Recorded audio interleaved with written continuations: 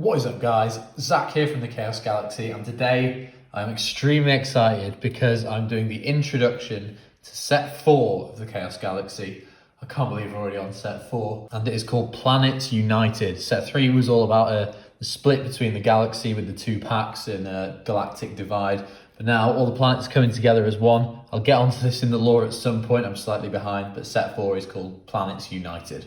So I've got 8 brand new cards here to show you that's just going to give you an introduction to the set, give you a feel for what the set's like. Also, apologies, I'm kind of on the go making this video. I don't have my usual microphone and camera setup, so throwing it back with the plain white background to the set 1 days back in 2015. But first, before I get into this, I want to give a shout out to Aleplays. He's a YouTuber who's been opening tons and tons of Chaos Galaxy products at the moment. He's opening, I think he's probably opened more packs than I have on the channel since he started uploading these. Really good channel. If you want to see some pack openings, there'll be a link in the description to his channel. So go and check him out, go and support him. I'd really appreciate that, and I'm sure he would as well. If you want to get your hands on any Chaos Galaxy packs, there'll be a link to the online store in the description. And I'll start talking about what my aims are for set 4. So exciting. So I've said this in quite a few videos. I'm going to leave the only cards for set 4 that you've seen so far here, the contest winners. Oh, accidentally. I'm revealing them. So my main aims for the game in set 4 is, one, I think, obviously, I'm constantly improving the artwork, but I think I have to say, out of every set so far, set 4 is the biggest step up in my artwork personally from any set. I think from set 1 to the first starter decks, there was a huge step up, but apart from that, the step up from set 3 to set 4 has just been huge, in my opinion, even if I say so myself. Some of that is through the help of Gavora, the second artist for the game. But my art is the favourite thing about the set so far. My main aim with the set is to speed up games. Battles at the moment take about 40 minutes to an hour, and I want to cut that time down to about half an hour a game.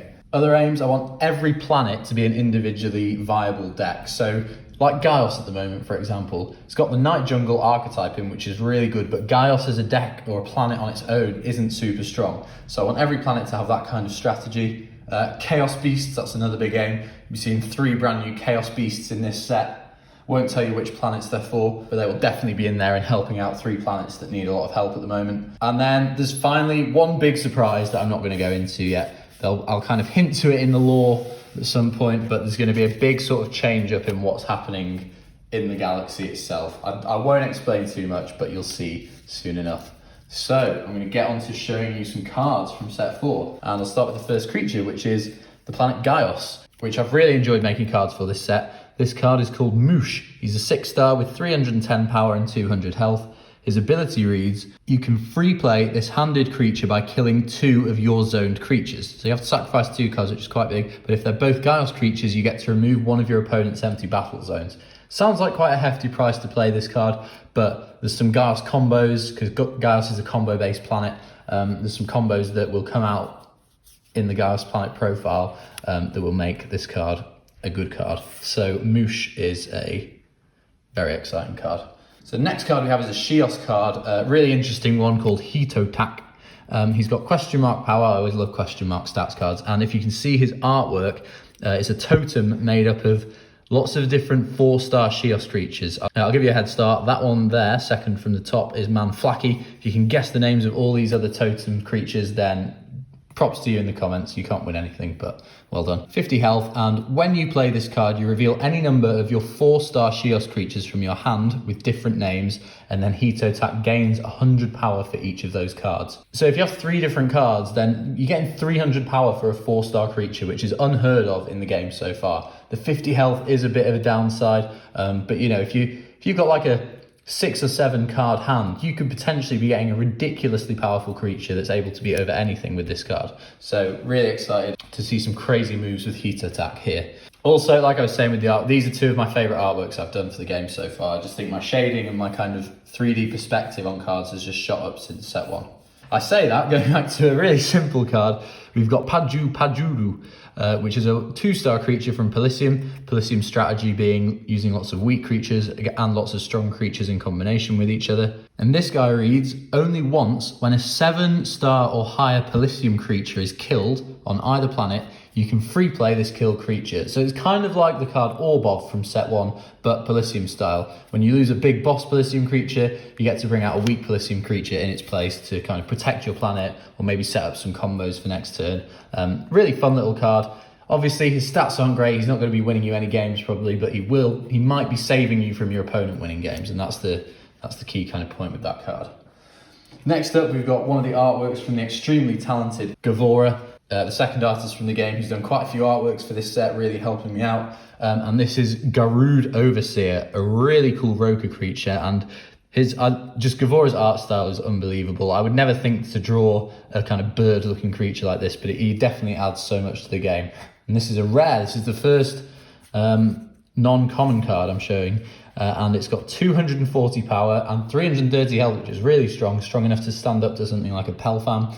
And its ability reads, you can guess the names of 2 cards in your opponent's hand. If you guess them correctly, then you get to free play your Garud Overseer, but if you guess them incorrectly, then you're not allowed to play him this turn. So you can just cost play him. He's got semi-decent stats, but then his ability, you could be getting a really strong 6-star creature on the board for free. Goes perfectly with the Planet Roka because the Planet Roka's ability lets you look at cards in your opponent's hand, so they combo well together, and overall I think this is just going to be a good support card for the Planet Roka. Cool, so there are all the creatures.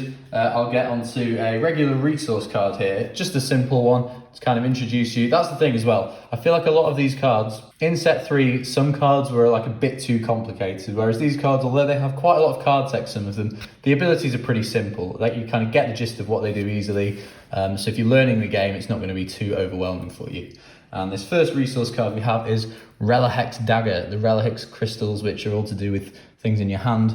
You kill one of your opponent's handed cards, so a card in their hand of their choice. So they just choose a card and kill it. Obviously, it's good for you because your opponent will have less stuff at their disposal. You could be getting rid of a really useful combo piece that they need, or just kind of messing up their strategies overall.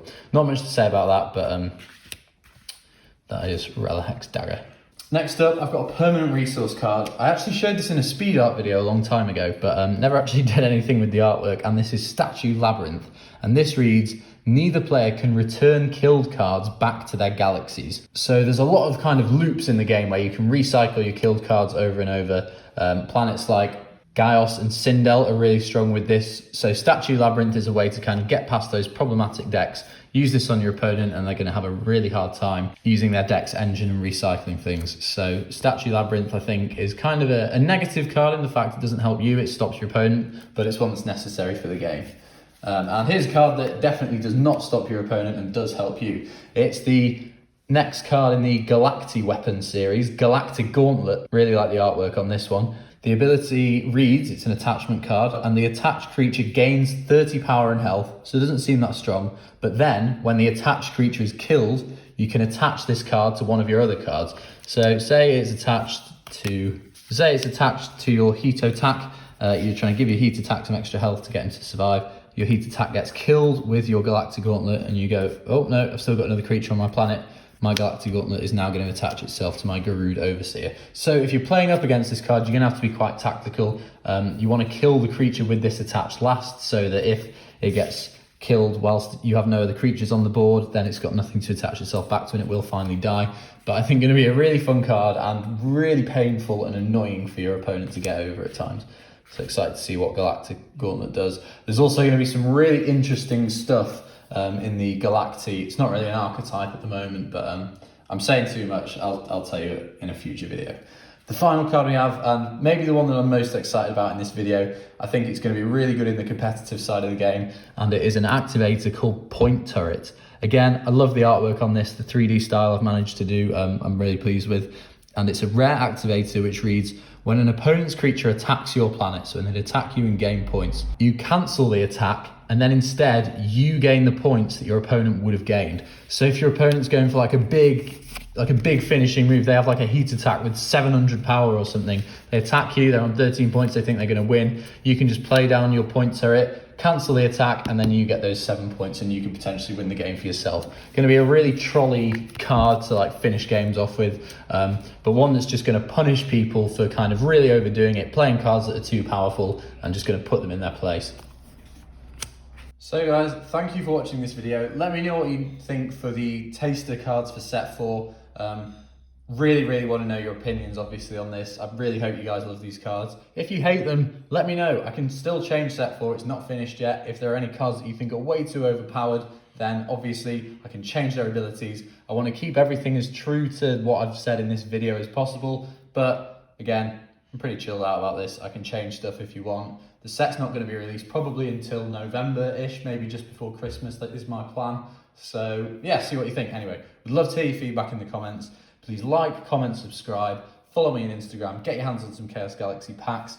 Set 1, 2 and 3 are already out. So if you want to get some good cards in preparation for set 4, then go ahead and click that link in the description. Check out Aleplays. Excited for him to get his hands on some set 4 packs and do some opening videos. But yeah, so excited to have set 4 underway. It's been a long time since I've shown off some new cards. So yeah, really hope you like these, and I'll see you guys next time. Bye.